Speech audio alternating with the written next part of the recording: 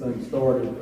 We'll have a word of prayer from Jeff to get things started, and then I'll go ahead and introduce you guest speaker. I know all of y'all know who he is. John's graced us with his presence, Mr. John Geis at Hammond Seals, Atkins and Geis, world-renowned law firm.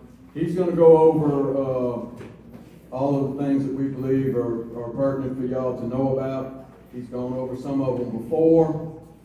Some of the stuff that he's gone over, we kind of continue to see a little bit, so we're going to reiterate it again, and then he will, there's some yellow cards located somewhere in the back. If y'all have some individual questions that you want to ask him, we're going to have a couple of breaks in between. If you want to write them down, you don't need to put your name to them. If you don't want to, and ones that he believes that he'll deal with, he'll talk about. So we'll go ahead and get this started with a word of prayer from Mr. Jeff. Before I forget, if you're a bus driver, when this is over with, you have to come back and see me out here if you want to get your money. If you don't want your money, you just head on out the door. But I do need to check you out before you go back, so don't forget. Let's go. Let's have a prayer. Lord, we thank you for the day you've given us and the opportunity to come here today, Lord. I just pray you have us to have open minds and open hearts to receive the information John's going to give us today, Lord. And pray you help us always remember the purpose of what we're here for, Lord. Though it is a privilege. Even though we have tough times and tough things to deal with, Lord, that you picked us to do this. And I just pray that you'll help us, lead us, guide us, and direct us, forgive us for our sins. In Jesus Christ's name we pray. Amen.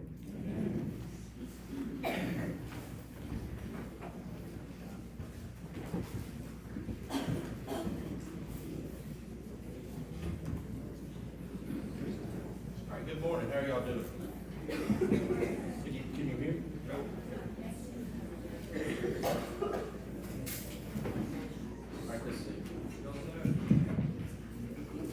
Testing.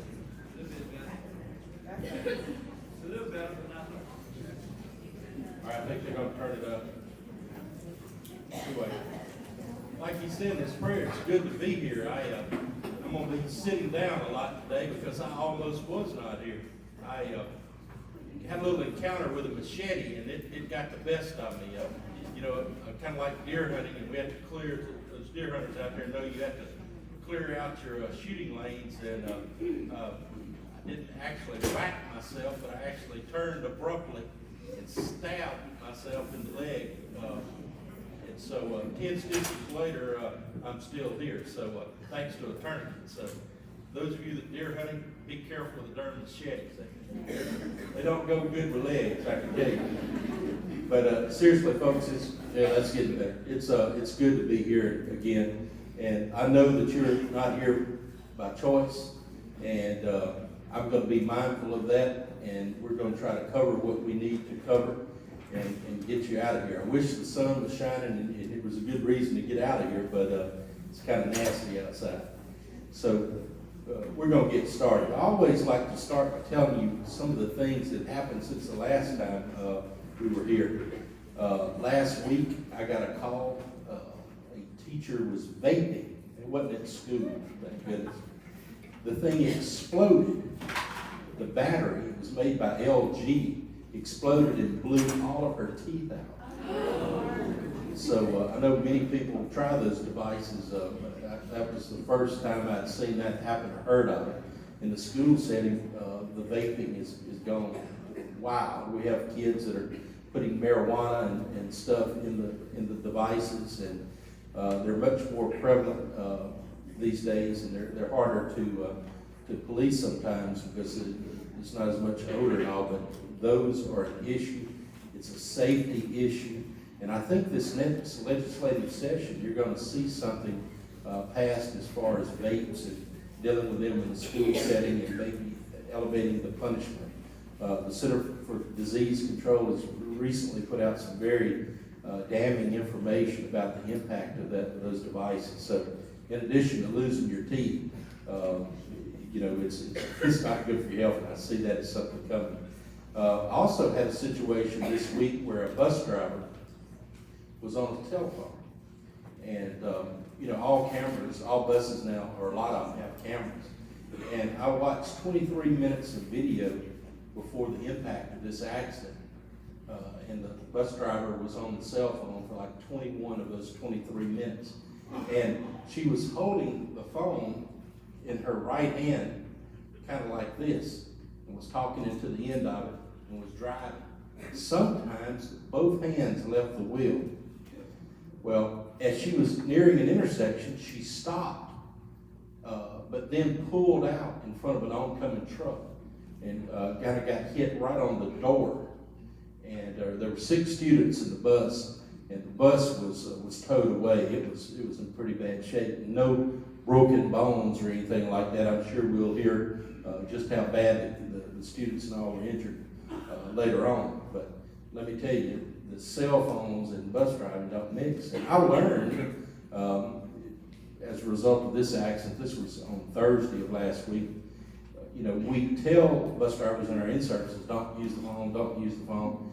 But there's actually a criminal law out there, and this bus driver was charged with that. It's a misdemeanor subject to time in jail and a fine for using the cell phone by operating a bus.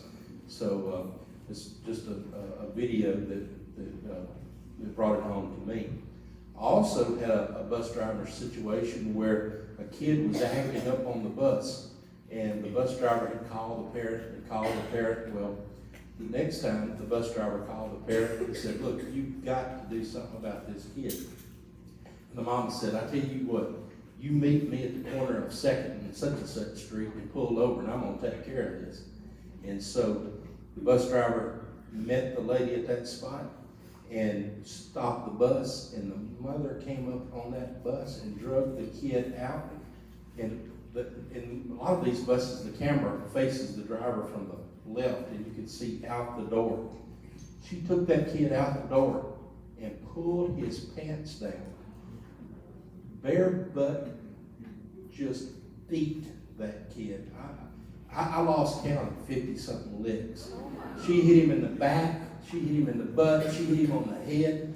The principal said when he got to school that he had a black eye.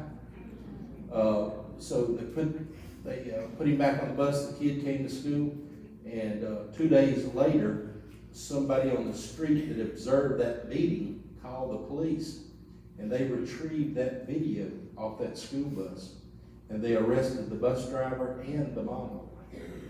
And they said, as it relates to the bus driver, that was clearly child abuse, and that as a mandatory child abuse reporter, that he had an obligation to report that. I mean, he had directly seen. I mean, this wasn't whipping, folks. This was truly a beating in the ever sense of the word. So he didn't report that, and so he got arrested, and obviously isn't going to be driving any buses anymore. So this stuff about mandatory child abuse reporting, we can talk about it and do in-service and trainings on it, but until you see it firsthand and see the impact that it has on you as school employees, it really doesn't click sometimes. But that is the situation. Now, if you suspect abuse, that's when you can call your principal or you call the superintendent, and we can talk about it. It doesn't necessarily mean that we're going to make the report, but at least the burden isn't all on you.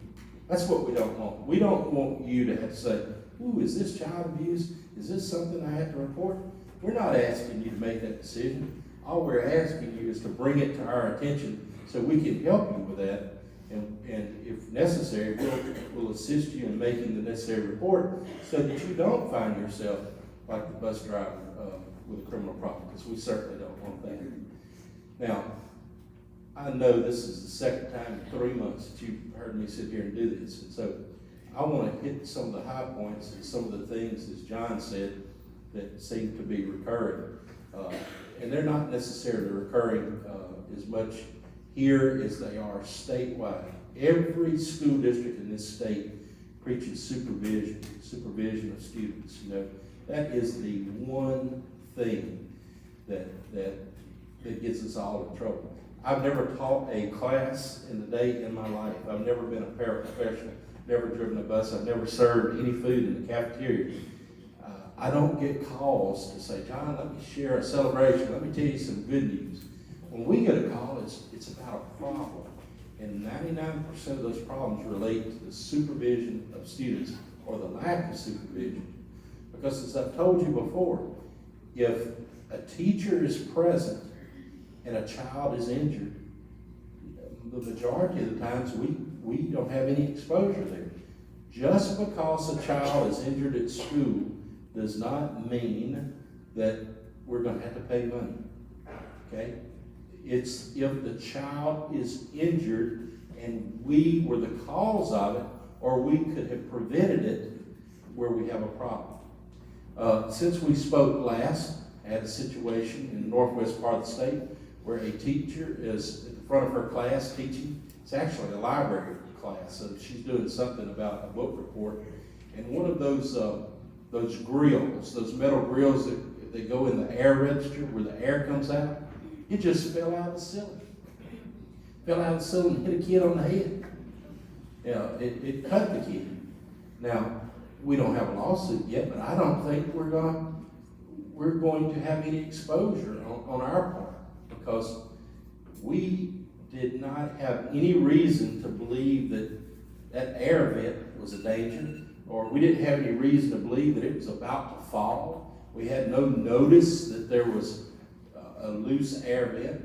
The law doesn't require us to go and shake every air vent periodically. There are certain things that are just, that we can assume that are safe, and that's one. So there's no way that teacher could have prevented that injury of that child there. So we're not really worried. Now, if you have a situation where a teacher leaves a classroom for something as simple as going to the restroom, or going next door to ask their co-teacher, their fellow friend, if they have some extra dry erase markers, once you leave that class and once you leave it unattended, it only takes a second for something to happen. Those of you that are parents know what I mean. It just takes a second for a kid to mess up or become injured. And if the teacher is not present, then we are almost strictly liable. I've told you several times about the incident where the pencil is thrown in the room and the teacher is just outside the edge of the hall talking to another teacher, and the court says that there's liability on behalf of the school district. Good morning. Thank you so much. Thank you. There's liability on the part of the school district because there was inadequate supervision there. In the court's mind, these little angels are never going to act up if there's a teacher present. As long as you're in the room, the judges think that all's hunky-dory, that no kid is going to hit another kid or throw a pencil as long as you're in that classroom, because who would disrespect a teacher like that? So as long as the teacher's there, then we don't have any problem. But if you step out just 6 inches across that line, then it's all our fault. And that's the reality. Are any of you having problems? I know school has started now since we talked last, with parents dropping kids off too early and leaving them. If you are, we can deal with that. Let us know, and the superintendent and I can deal with that. Because like I told you last time, if the kids are there too early, before we have adequate number of teachers there, we can still have a problem with supervision there too. All right, so I wanted to touch base on students and their supervision. The next thing I want to talk about briefly is some of the problems we're having with kids roaming the school when they're supposed to be in the classroom. There's no secret if you read the papers, and I'm not divulging any confidences, that there are about 8 or 9 lawsuits now in Bossier Parish where there is an allegation that a teacher raped 6, 8, or 10, 5, and 6-year-old students, male and female, at school. His misconduct was at school. And the attorneys representing these families are coming back asking this question. Why were you allowing our children to leave your class to go down to his class during instructional time? And sometimes that's hard to answer. If you have a situation where one particular teacher is asking for kids to be sent down to his or her classroom repeatedly, and this was a PE teacher. So how do you handle that? Well, my suggestion, and I know it's even further situated in your parish because you're on a 4-day week. Anytime your kids are out of your classroom, it means a lot of instructional time lost. But personally, I would like to see the child present a note from that teacher saying, I need this specific student for this specific reason. I would like to see us cut down on the frequency where we let kids out to roam the hall. Because we know that when they're out roaming the hall, then they're not under our supervision. So I highly recommend that we be more attentive and more aware of those situations where the kids are leaving classes for an extended period of time to go elsewhere. As the kids get older, we're having more and more problems with kids asking to go to the bathroom. And I don't know how to address that other than to tell you what to look for. And that is where it seems to be a recurring situation where the kid is leaving more and more frequently. Now, we have to ask ourselves, there may be a medical reason that we could talk with the parents about, but as a general rule, the change between the classes when they need to take care of business. What we're seeing is inappropriate cell phone usage, vaping, rendezvous with other kids. I want to talk about a couple of examples there. I have a lawsuit right now in a parish where a child was in the bathroom and another boy reached over the stall with his phone and took a video of him in that stall. And so both kids were out of class at the same time. And in that lawsuit, they're asking questions about, well, technically your principal said the procedure for going to the restroom was this, and you didn't follow that procedure. And had you followed that procedure, this would not have happened. So whatever procedure your principal has arranged for releasing students, please be sure to follow that procedure. We had another situation fairly recently where a young lady came forth and said that she had been raped by a boy at school. Well, come to find out, she turned in a request to go see a teacher. He turned in a request to go see a teacher. It was clear to us that this had been a planned situation because they both met in the hall at the same time with a big smile on their face. You got to realize we got videos. They hold hands and they go in a vacant classroom. For you custodians out there, talk to your principals. I think it would be a good idea to lock some of these vacant classrooms. A vacant classroom becomes a playroom, if you know what I mean, if you're not careful. And that's what happened in this case. The boy and the girl go into the vacant classroom and they stay in there for quite some period of time. They both come out, smiles on their face, and they go back to their respective classroom.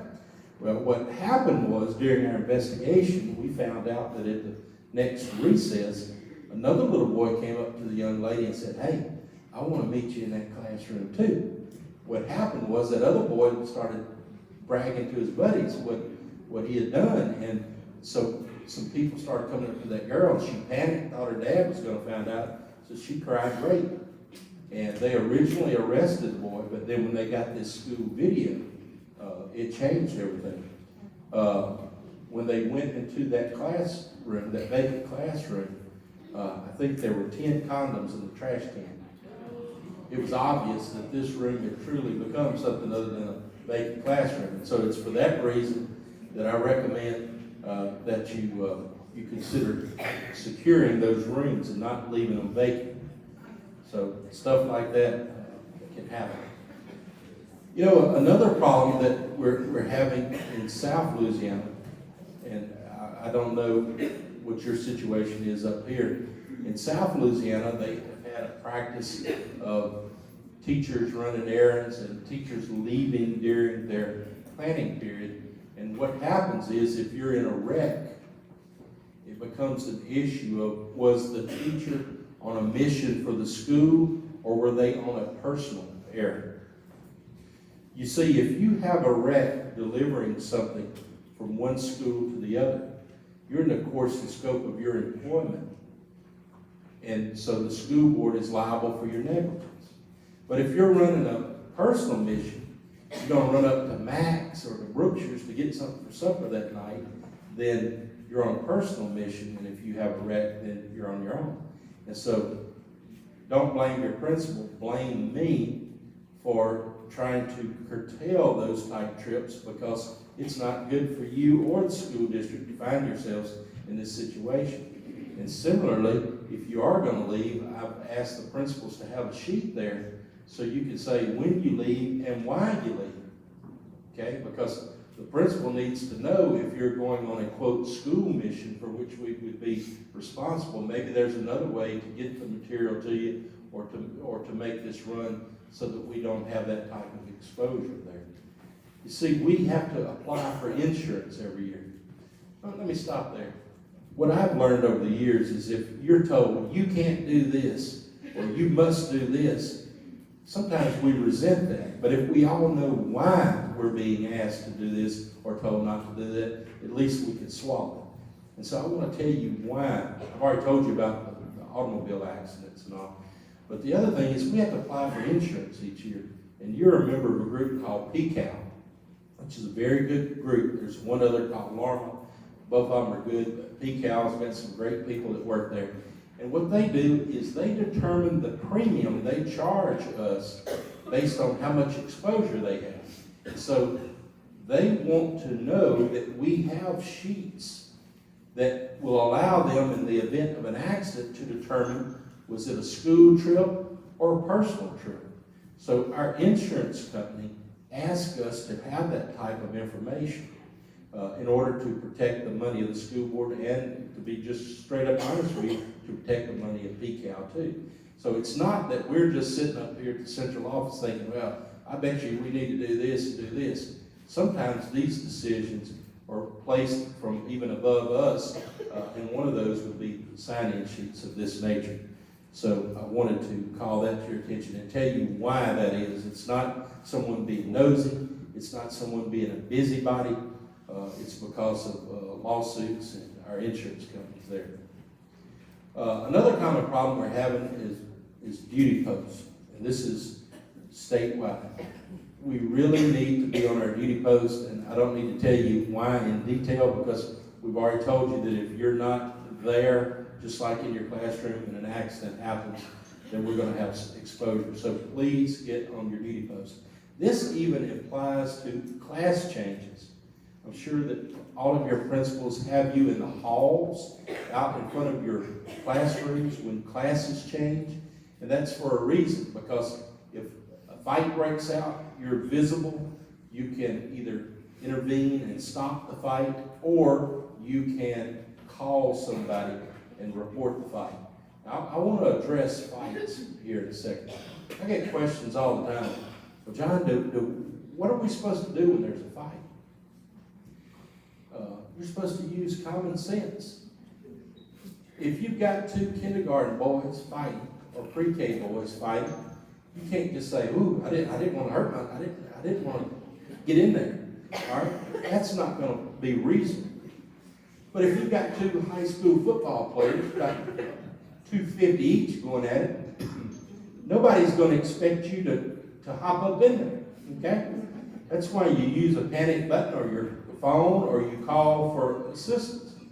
But just use common sense there. But the mere fact that you're in that hall between class change is going to mean the difference. I think I've told you before about the case I had in Webster Parish. Two kids walking down the hall between classes. One grabs the other and just slams his head into the brick wall. He's bleeding out his eyes. And he actually, this eye, to this day, looks this way. And his parents filed suit against the school board. And we got that case dismissed because the court said it was a spontaneous act that happened. The teachers had no way to suspect that it was going to occur, and that the teacher was outside her door right at the location. And so we did everything right there. There is nothing that teacher could have done to have stopped or prevented that. If we would have had 10 teachers in that hall, when two kids are walking by and one just grabs the other and slams him, that first lick did the damage. There's certain things that you can't prevent. And there's certain things that we have to tell a kid and that kid's parent. You have to take responsibility for your own misconduct. Who should pay the medical bills of that young man that was injured? The one that caused them, okay? There's nothing that the school board did that caused that injury, and there's nothing that the school board could have done to have prevented it. And so that's what the court said. Look, the teacher was out there, she couldn't have prevented it, and there was nothing that they could have done to have stopped it in a timely manner. They called 911, they had medical personnel there immediately, so no situation there. But please be on your duty post and be in the halls in between classrooms. We've had in a parish up the road some very unfortunate situations at the same school. We've had a child swinging already this year, and the S-hook that holds the swing on had just worn, slapped through, and it broke. And when the kid swung, it dumped her. When we looked at the other swings on that campus, well, not all, but several of those S-hooks had the same wear. So for you teachers that are on the playground, and for you principals that have playgrounds, periodically check that. Something as simple as a $3 S-hook change could save us a lot of hurt for a kid and us with lawsuits. So keep vigilant on that. For those of you that have cyclone fences around your playground, those suckers point up, they're sharp on the top and at the bottom. Check to see if any of that fencing material is curved up on the bottom or is curved over on the top. We had one that was curved over on the top, and a kid ran by and it ripped his eyelid out. Didn't get the eyeball, thank goodness, but it could cause serious injury. So take a check and take a look around your playground situations. Call us and let us know if you're not going to be at work. And that goes without saying that you have a duty as a school employee to let us know if you're not coming in so we can get a substitute. But there's a lot of times where, you have duty posts or you have kids that are supposed to be coming into your class when they arrive, and if there's no one there, they're unsupervised. I've told you one of my favorite stories from Franklin Parish where the ag teacher, they didn't get a substitute for the ag teacher, and those kids pulled in mats and they had wrestling for a week over there. And they only found out that they didn't have a teacher when one of them got injured. The way that happened was that the ag teacher came in and told the secretary on Friday, I got surgery next week, I'm gonna be out. She was busy. She didn't make a note of it, and it slipped her mind, and so nobody got a substitute. Nothing ever happened. The kids thought it was manna from heaven. They didn't have anybody over there, and they certainly didn't say anything. So they got those mats in, they shoved all the chairs back, and they just had World Wrestling Federation for a week over there. It was the broken arm that called them to, brought it to our attention. So anyway, let us know if you're not going to be there. All right, we've talked about signing out. I just need to talk a little bit more about mandatory reporting because it is that important. Child abuse, by definition, is the physical abuse, it is the sexual abuse, and it is mental abuse. If you have a child that comes through you and tells you that someone's threatening them or someone is telling them things that put tremendous mental stress on them, you'll never see your brother again, you'll never see your mama again, and stuff like that, that can sometimes constitute abuse. And I want to tell it to you one final time. We're not asking you to make that final decision. Call it to our attention. Now, another thing we need to know that there's two different places we have to report this to. Sometimes we have to make the report to the local law enforcement, like the sheriff's office. Other times we have to make it to the Department of Child Welfare.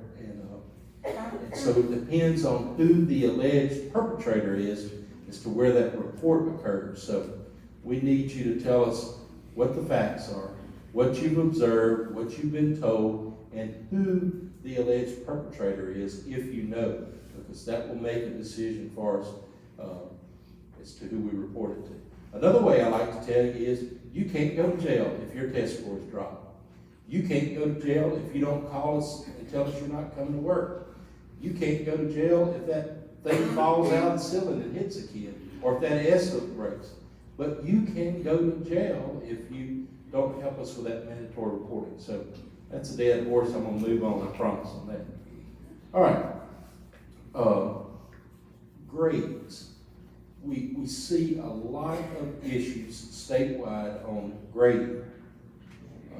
A lot of people, especially, I'm not picking on anyone here, coaches, when players are on that eligibility bubble, get really, really anxious about that. And they have a tendency to talk with teachers about maybe, so-and-so needs this grade to be eligible. Or sometimes I've heard teachers say, man, so-and-so needs this grade just to graduate. We don't want him back next year, okay? But here's what the law is on those grades. No one can tell a teacher what how they need to award a grade to someone, or that someone's average is too low. Someone can, however, tell you made a mathematical error in your calculations, or they can tell you that perhaps you've not followed the grading practices of the school district. And especially in some of the lower grades and in all grades, kids are entitled to a fair opportunity. So what concerns us is when we look in a teacher's grade book or look online at their electronic grade book, and we see that we're at the end of the 6 weeks or 9 weeks, and there's only been 1 or 2 grade opportunities in that classroom. These students are just like us. Sometimes we have good days, sometimes we have bad days. If you only give 1 exam in an entire 6 weeks and it was on one of those kids' bad days, is it fair to that student to be stuck with a 6-week average that reflects his performance or her performance on that one day? So that's why we're very cognizant about having multiple opportunities and for kids to show what they truly know and to show what you've truly taught them, and not to put all the eggs on that one exam. So follow your grading policy. Most of those are in your pupil progression plan. If you have any questions, ask your teacher, your principals or your supervisors. The state is heaping more and more stuff on us, and it all flows downhill. I told you earlier about the sign-in sheets coming from your insurance company. Well, your performance on the exams is causing more and more attention on your lesson plans, getting those lesson plans done in advance, getting your grades turned in. All of that is the byproduct of the pressure that's being placed and squeezed from the top on down. So please understand that this is not someone trying to give you busy work. This is pressure from up above that is working its way on down. All right. Many of you have money that comes through your hands. You will be a PE teacher, and perhaps you have a uniform that your kids have to purchase. And you're a cheer sponsor, and you're selling raffle tickets. You're selling Yeti cups. You're selling all types of stuff for fundraisers, because we know that the state doesn't give us enough money. We also know that living in Caldwell Parish, myself being from Catahoula, we don't have this huge sales tax base, okay? I like to use one of those Foxworthy jokes. You're from a poor area if you don't have a Walmart, okay? And I remember as a kid when we wanted ice cream, that we had to take an ice chest to Faraday or Natchez, and the last thing we'd always do would be to get groceries. Last thing we'd do would be get the ice cream, and we'd put it in the ice chest and hope to get home and have soft serve, okay? So we all know that we don't have the tax base, and so we rely on our parents to help us get the things, those little extra things that our kids need.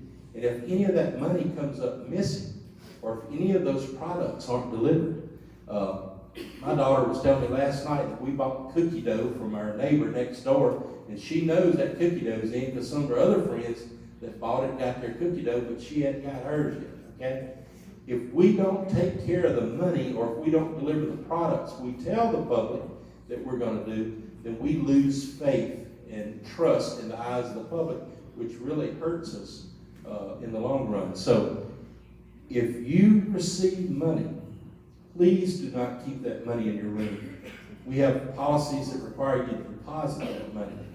Because I tell teachers and principals all the time, there's two ways to get in trouble: romance and finance, okay? And finance would include you not turning in your money on time and it comes up missing. All right, so that has a way of happening. So please turn in any money that you collect on a timely basis. Getting back to the romance side of the story, you know, more and more inappropriate text messages are occurring. It just boggles my mind. Romance, romantic relationships, romantic texts, what I call those wishy-washy, could go either way texts, that has no business in a school setting. We see so many times where a teacher tells a student, "You look nice today. It's a good thing I'm married," or "I've been wanting to talk to you." I mean, folks, that's the G and the PG rated versions of what I see. You're blossoming in all different areas, you know, stuff like that. Now, I'm sitting here telling you that about the inappropriate content of text messages, but the truth is, under the law and under our policy, there's supposed to be no text messages between a teacher and a student without the principal's permission. There are forms that you can sign. Now, if you're a coach, I hope you're using GroupMe and some of those other apps that are now available so you don't have to have that type of text contact. But if you feel as though you must text certain of your students, then you must go to the principal's office and get his or her permission and the necessary forms filled out. So all this junk about "you look nice today," or "can you come over to my house this weekend? I need some help with such and such," that has no business in our school system. The same thing with Facebook messages. You know, we're not limiting it to text. Facebook messages. You know, my daughter told me today, she said, "Dad, Mama embarrasses me with Facebook." She said, "Sometimes I wish there was no such thing as Facebook." My wife's in New Orleans with our other daughter, and it's like everywhere they go, they're posting, "What's so-and-so, what's so-and-so." And so that embarrasses my other daughter. But on Facebook, I know there's a messenger there. So Facebook Messenger, Google email, Yahoo email, all of that stuff is out when it comes to communicating with students. The law, not Caldwell policy, but the law says there's to be no texting, no messaging, no emailing of students. And if you have to email them, you have to email them through the school district account, okay? That way it goes through our server. But if we find that any of you are having conversations with students through Yahoo or Gmail or text, then that really casts a lot of suspicion upon you, because you've been told not to, you've been trained not to, and it's just serves no legitimate purpose. And if you think there's a legitimate purpose, you need to go to your principal and have that form signed out. But again, there are various apps out there. GroupMe is just one of them that takes you off the hook, so you don't even have to worry about that. In some parishes where they're not using GroupMe, when the coach goes to the principal, they say, "Look, I would like permission to text message my team captain." And then the captain sends out the text to all the members of the team or the group, or if it's such and such club, then the president or vice president of that club, or maybe they have a communications director or whatnot. One person sends that out. So that's the situation there. What about confidentiality of student information. Now, everyone in here knows that you can't use a kid's name and then talk about his or her grades, but you can't talk about the twins. You can't talk about the student in the wheelchair. You can't talk about anything that identifies a student, even when you don't use their name, okay? And so we see that on social media. A teacher has a very bad day and they come home and they get on social media and they say, these such and such kids are driving me crazy. These SPED kids they're putting in my classroom, my regular kids can't learn because of the SPED kids. Or this such and such kid, and you supply the label. Just imagine it, and I promise you I've seen it. This such and such kid in my classroom is causing me trouble. You cannot do that. Number one, it's not professional. Number two, it casts a doubt as to your effectiveness and your ability, your competency to be a teacher.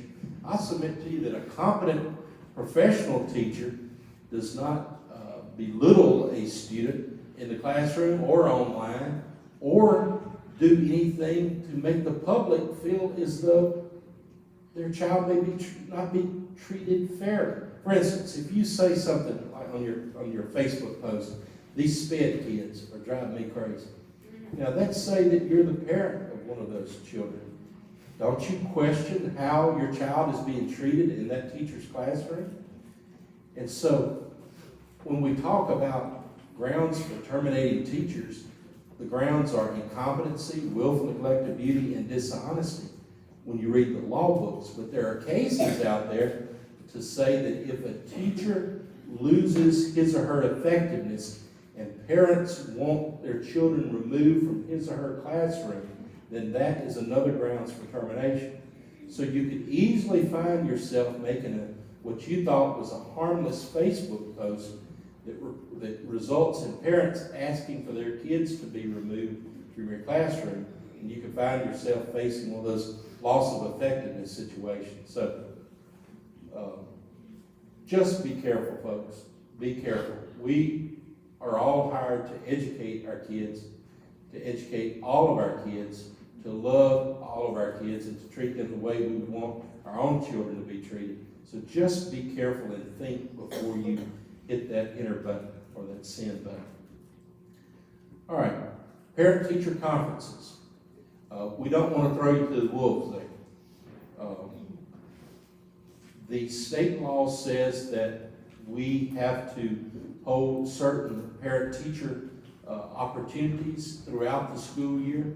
I don't know if it's 3, but there is a number on that.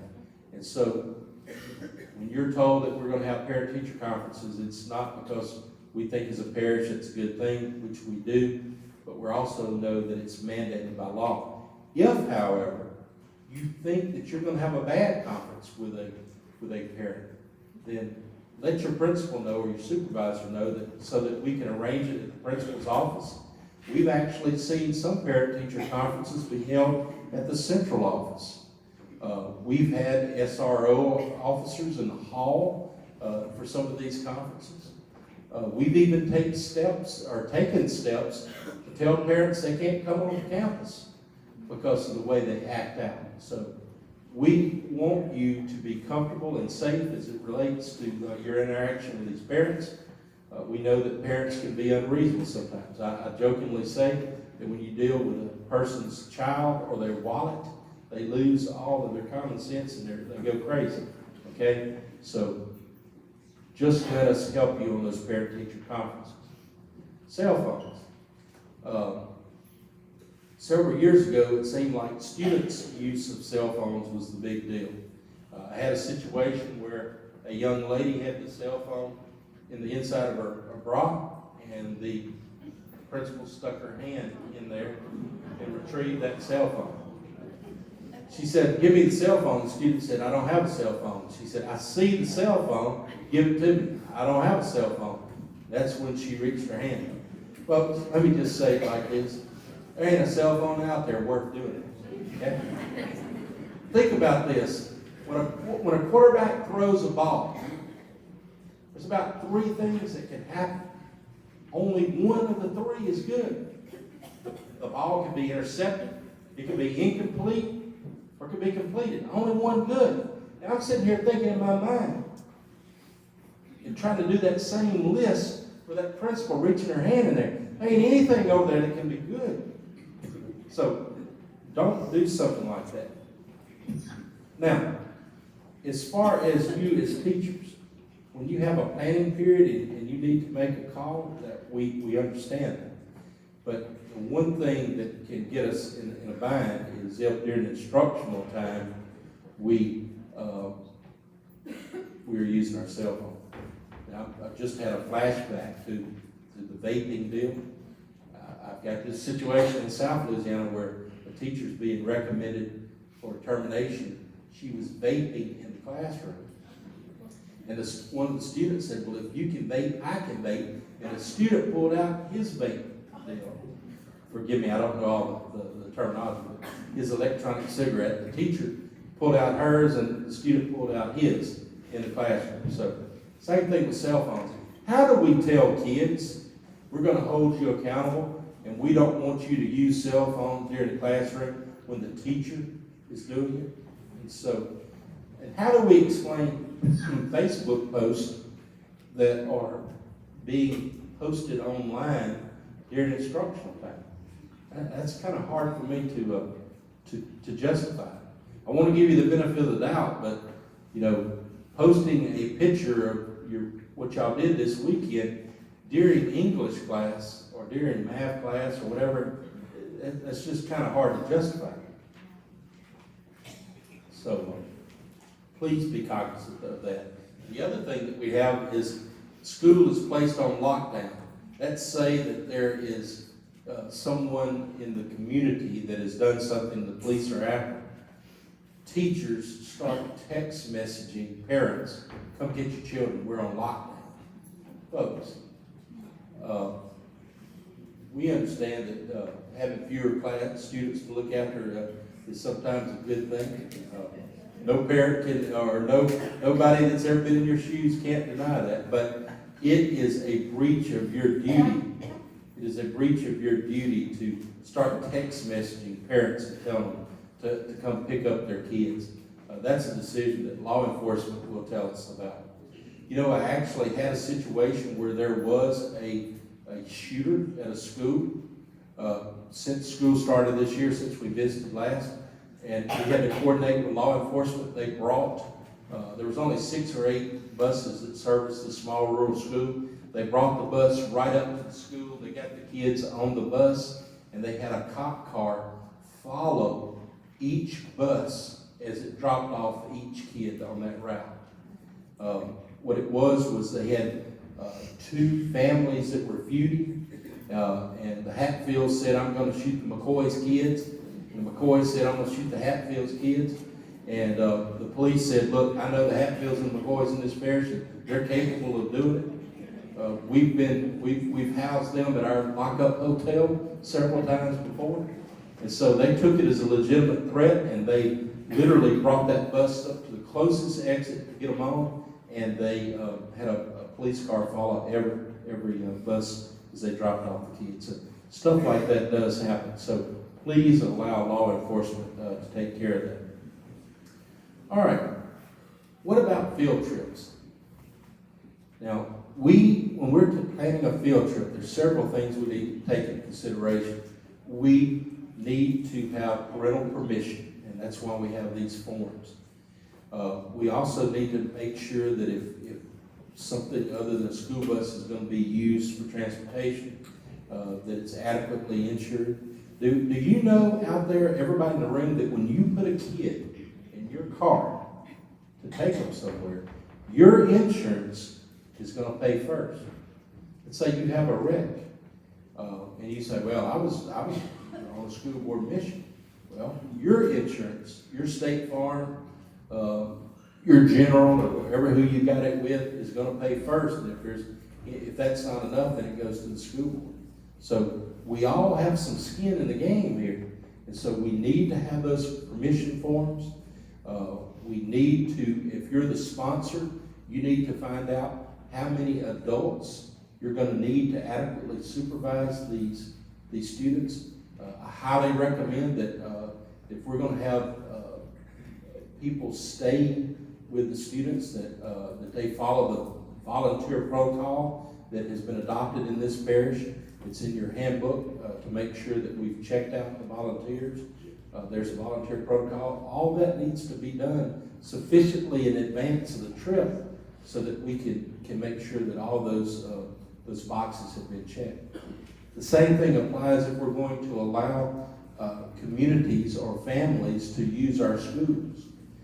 In some parishes, particularly in the rural parishes, we have families that want to use the schools for reunions, and we have families that sometimes have to use schools for funerals and things of that sort. And our insurance company is saying that, look, you need to have a policy where they fill out an application to use our facilities. And in some instances, we ask them to provide their own event insurance policy to cover that situation. So all of this requires planning. So I encourage you to get that done in advance. All right. Now, I want to talk to you a second about a change in the law that occurred since we were here last time. I told you at some point that about background checks, and there's been a change in the law. Prior to August, the law was that if you had a felony conviction, then you couldn't be employed in school district. They changed the law in 2018 to say basically any felony, and you applied, you had a felony, you were out, okay?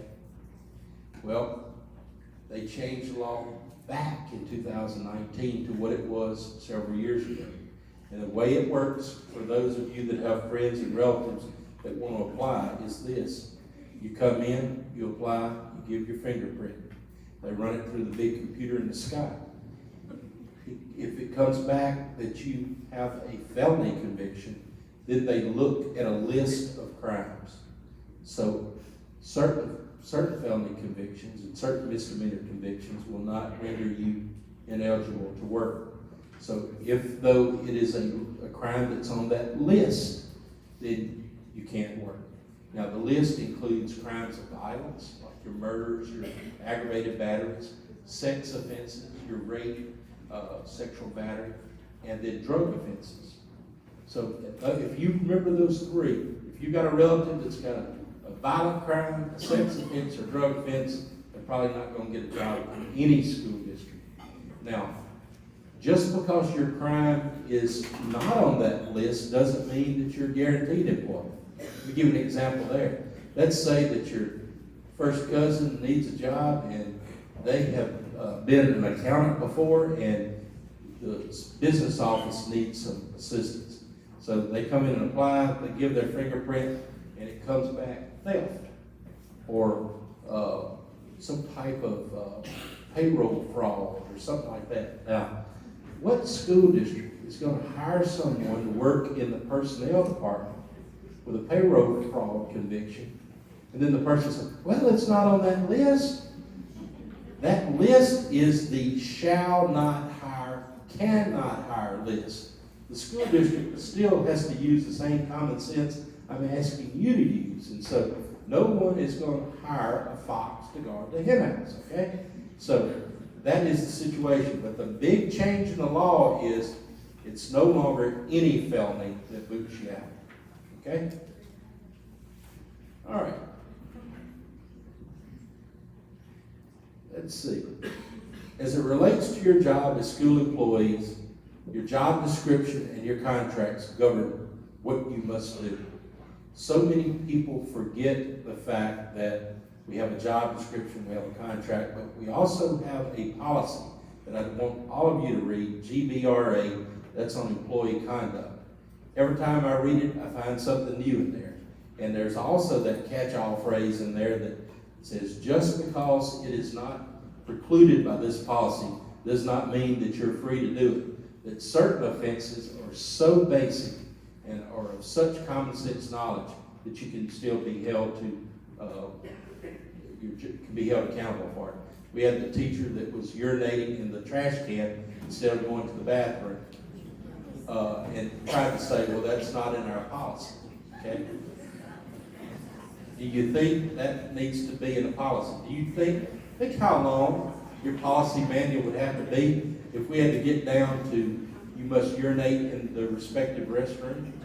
Ladies must use the ladies' room. Men must use the men's room. And then we've got a whole other issue about those in the middle, which restroom they use. But folks, just because it's in your policy manual does not mean that that's the only thing that governs your conduct. Let me give an example. What if you post on Facebook some provocative photographs, or what if you get on Facebook and talk about those certain students in your class? Those type things may not be precluded by any policy in the manual, but the school board can take action for having done so. We are getting more and more teachers posting nude photographs in places that shouldn't be. All right. Use your common sense. All right. For those of you out here that evaluate employees and who observe employees, I'm asking you to do an observation form on every one of you. For many, many years, school districts did not complete formal evaluations and formal observations on food service workers, paraprofessionals, secretaries. Due to some changes in the law, we're asking that every position be observed and evaluated, okay? And the reason is there's been a change in the law on reduction in force. And what that law says that if we ever have to do a layoff, that the person with the lowest score is removed first. So if we have to do a layoff of paraprofessionals, we have to go to the lowest score and lay those persons off first. And it's not on a school by school basis, it's parish wide. So if we are 5 paraprofessionals overstaffed, we come up with a list of all the paraprofessionals and all of their evaluations, and the 5 lowest parish wide would be the 5 that were reduced. And so it's not anything that your local district is doing to you. It's simply that the law has changed and everybody now has to be evaluated. Another thing that you're going to see in that policy GBRA is that you as school employees must treat all students, parents, and employees with courtesy and respect.